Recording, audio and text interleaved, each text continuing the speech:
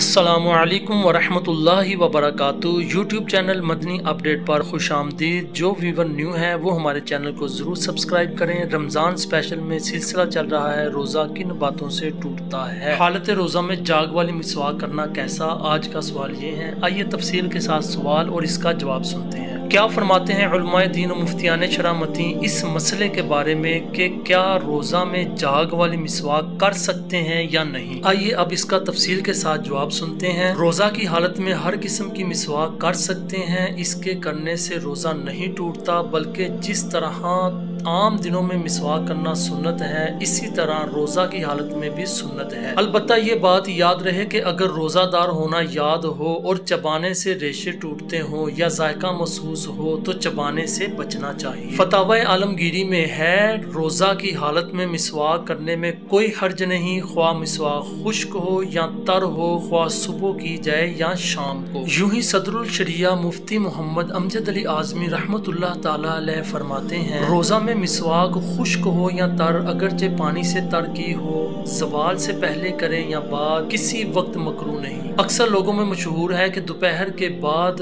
रोज़ादार के लिए मिसवाक करना मकरूह है। ये हमारे मजहब के खिलाफ है। सैयदी आला हजरत इमाम अहले सुन्नत इमाम अहमद रजा खान अलैह रहमतुर रहमान इरशाद फरमाते हैं, मिसवाक करना सुन्नत है, हर वक्त कर सकता है, अगरचे तीसरे पहर या असर को। चबाने से लकड़ी के रेजे छूटे या मजा महसूस हो तो ना चाहिए। इंशाअल्लाह जल्द न्यू वीडियो के साथ हाजिर होंगे, तब तक के लिए इजाज़त। अस्सलामु अलैकुम वरहमतुल्लाहि वबरकातुहू।